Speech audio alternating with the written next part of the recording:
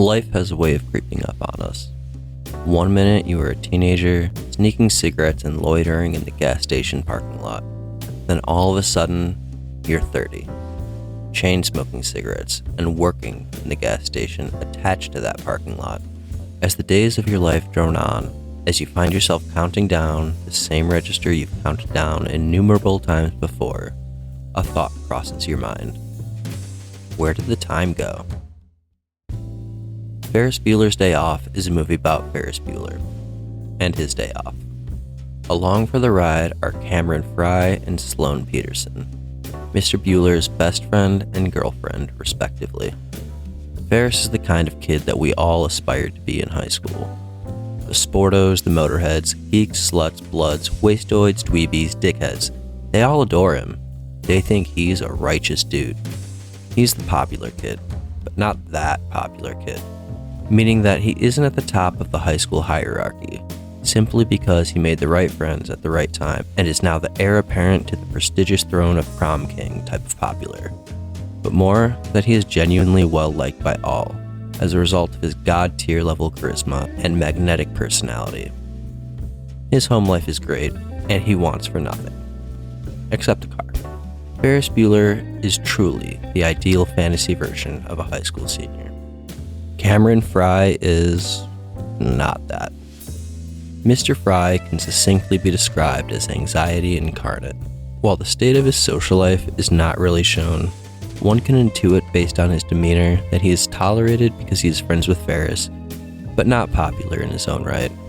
His home life, however, is explained a bit more.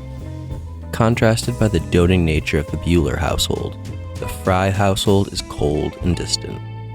His parents hate each other, and as a result of their constant squabbling, their child suffers. To be honest, there isn't that much character development behind Sloane Peterson.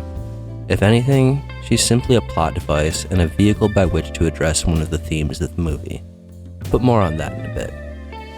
The plot of the film follows these three as they revel in the wonders of the real world on a school day, while simultaneously evading the nosy principal and tattletale sibling on their tail.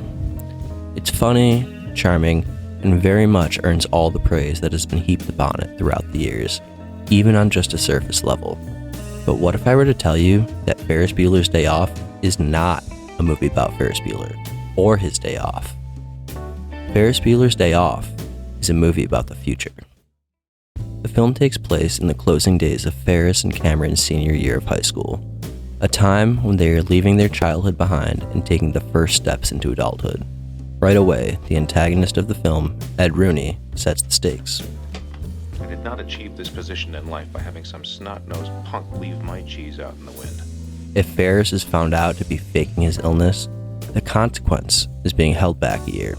It's not expulsion, detention, or anything of the sort.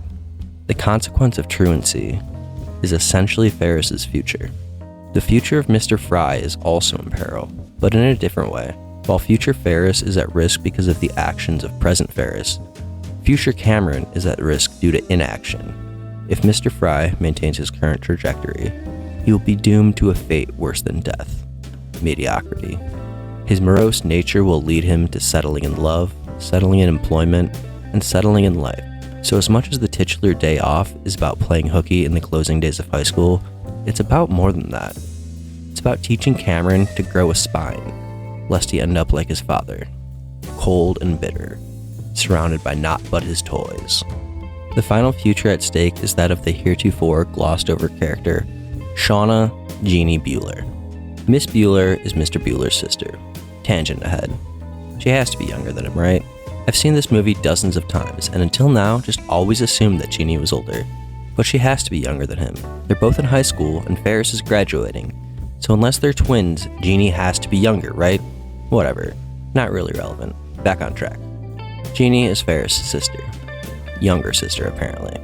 Throughout the runtime of the film, Jeannie has been hot on her brother's heels, eager to force him to slip up and get caught.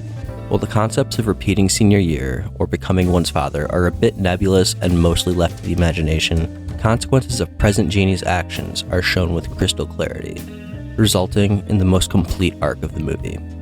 As I said, Miss Bueller is trying to narc on her brother to get him caught. Is Mr. Rooney in? And this is the exact same thing that the antagonist of the film is also attempting to do.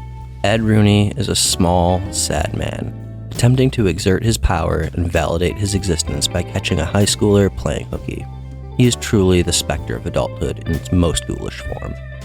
And he is what Jeannie is becoming by perpetuating her petty pursuit. But we watch in real time as this horrendous fate is averted at the hands of Charlie Sheen, playing a young Charlie Sheen. His words of wisdom encourage Jeannie to change her destiny in the climactic scene of the film. Ferris's frantic race home found him in the clutches of Edward Rooney. Our hero has failed in his final mission and is, as the kids say, hooked. Jeannie is listening with smug satisfaction as her brother is reaping the consequences of his actions. But Miss Bueller has a change of heart.